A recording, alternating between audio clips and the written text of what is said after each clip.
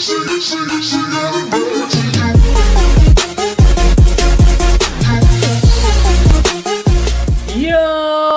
peoples, QShoot92 here. Happy 4th of July, everybody who happens to be in America. If you're not in America, then happy whatever day you're having. We are continuing with day 4 of the One Piece 20th anniversary, and we're going to be talking about lastly, I talked about the origins of the Straw Hat crew and how they came to be. Today, we're going to be talking about the setting of One Piece. Now, the setting of One Piece is unique, but we've seen its type before.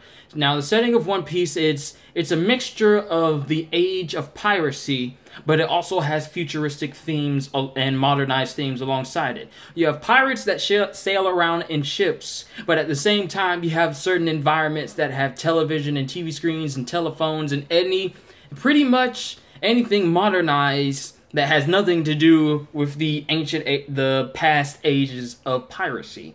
So, a prime example of this is Impel Down. It's a classic jail from the ages of, like, the real Blackbeard and, I want to say, like, from the era of when pirates were actually a prominent thing in history. You have places like Impel Down, a pretty much, want to say 18th and maybe 17th century, 17th to 18th century style prison, but it also incorporates the modernized theme of having monitor screens and, you know, automated systems inside of that place as well. So One Piece has a trait of mixing old-timey Age of Piracy-like themes along with modernized themes as well. And one way they do this is by the way of Den Mushis. Now, Den Mushis inside Den Mushi / transponder snails are a type of creature inside of One Piece that are used by humans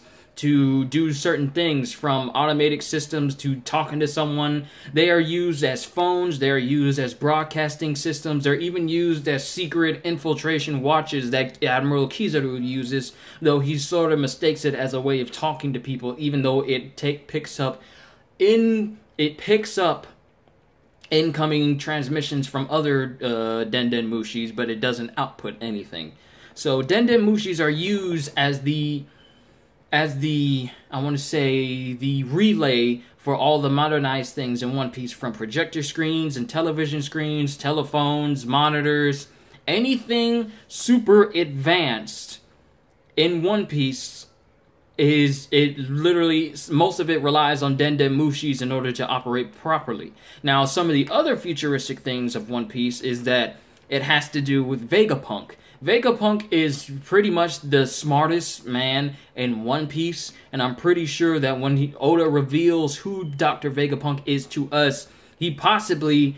Well, I mean, we're going to find out, like, the mechanics of how actual Devil Fruit works, because Vegapunk knows. Because through his knowledge, he was able to replicate Kizaru's Devil Fruit into the Pacifistas. Now, Pacifistas are the giant cyborgs, pretty much robotic army that Vegapunk had a hand in creating, that also takes on the pattern of Bartholomew Kuma.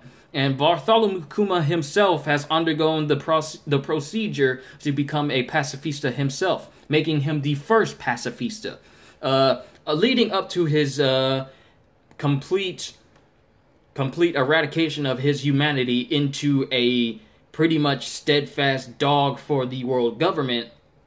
He had, like, one final mission. He was actually part of the Revolutionary Army, which Dragon, Sabo, Koala, and Emporio Ivankov are all a part of. But until he turned into a completely mindless and obedient cyborg, he was the one who sent the Straw Hats and spared them. Now, he could have killed them at any time, but he spared them and sent them all in their different directions, as I explained in my previous video. And it's because of Bartholomew Kuma that the Straw Hats are as strong as they are now. Because I have a feeling, had Bartholomew Kuma not been there, then the Straw Hats would not be as strong as they are now. And Luffy probably wouldn't have been able to get to Ace or the Marineford War. Nami, Zoro, Sanji, Usopp, Chopper, Frankie, and Brook and Robin probably wouldn't be in the places they are and as strong as they are because of Bartholomew Kuma.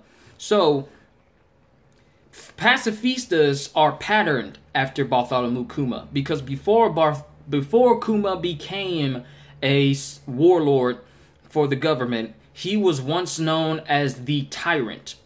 Bartholomew Kuma the Tyrant. And he was a pirate with a very... He was so notorious that his nickname was the Tyrant. Yet when you see him, he has the most calmest disposition, which makes you wonder, what was he like before he became a warlord? But we're not talking about warlords, and we're not talking about anything else. We're talking about the setting of One Piece. Now, the thing is, Vegapunk had his hand modernizing a lot of things, such as pacifistas. He had his hand in, I believe Vegapunk had his hand in the lining of marine ships that made it sort of semi-immune to being sensed by Sea Kings. So that way the marine ships can sail through Sea King infested waters barely undetected, but it's not a complete immunity because it only goes so far. And he also had his hand in I want to say he had his hand in making Kairoseki themed items such as Kairoseki handcuffs and prison bars, but I can't say for sure. But Vegapunk himself has had a hand with a lot of advancements for the Marines, and I want to say he's had a lot of advancements for Franky because it's from his previous plans, like old plans. But Franky said that they were millennias ahead of where the One Piece setting is now. So a lot of all of Franky's enhancements are pretty much designs based off of Vegapunk that Franky imbued into himself. But the setting of One Piece is a very interesting one because numerous manga take cue from this. One is Bleach. Bleach is, you have the Soul Society, an old school group of samurai that fight hollows in like I want to say, like during the era of what was that era? Just think back in the era of Dynasty Warriors. During that whole era, you got the Soul Society and the 13 Court Guard Squads, or the Gotei 13, who are just classic examples of samurais and sword wielders living in these towns that are patterned off of Japan, like old Japan, maybe like 13th, 14th, 15th century or 16th century, and yet they also use materials and items that are based off of the modern age. Like their science division pretty much has access to computers and surveillance systems and TVs and monitors and everything. They're able to communicate to people in the world of the living through TV screens and a whole bunch of other things. They get their orders through cell phones. A lot of the things that they do they're like semi-old school and semi-modern. Another example, Naruto. You have ninjas in the world with towns based off of ninja era time periods. I can't tell you what it was. Maybe I want to say the Edo period. During the Edo period of Japan, and yet they have access to modernized things as well, such as Sengo's, like it does for Bleach. They got access to surveillance systems and computers. They have walkie-talkies and everything. And during the ending of Naruto, in the last panel, I want to say the last panel of volume 72.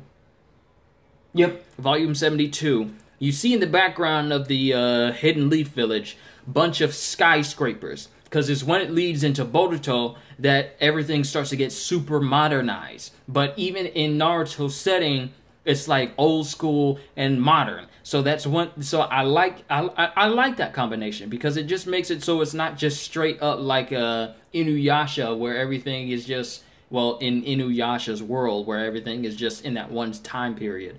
So the settings of One Piece, like, they have so many unique things. Like, you have people who are dressing like in the days of Pirates of the Caribbean, and then you also have people who are pretty much dressing up in modernized clothes. Like, you got people like Whitebeard's crew, and they're wearing like piratey garb and getup, and then you have people like Trafalgar Law who just straight up just dressing in things you can get from Hot Topic, like like his paw shirt and his straight up jeans. Like, seriously. Is like every part of One Piece has its own unique style, yet it doesn't stray from one part too far from the other. Like, it doesn't stray too far into old-timey territory, but it also stays in the realm of, hey, we can touch on this and modernize a couple of things this way. So I think One Piece finds a very good balance between having the things from the pirate age and then having things from the modern age. They both clash together, but they also mesh well together. So that's just one thing that I found very interesting about the setting of One Piece. And I'm probably going to keep it short right here because I just got home from work and it's time to eat. So I hope y'all enjoyed this little rendition of my explanation of like the setting of One Piece. I'm pretty sure I'm missing some things, but this is just me paraphrasing as I did before. Hope you all enjoyed it, and I can't wait to see you in the next video as we continue to celebrate the 20th anniversary of One Piece. I am Kyushu92. I will see you in the next video, and as always, later, peoples!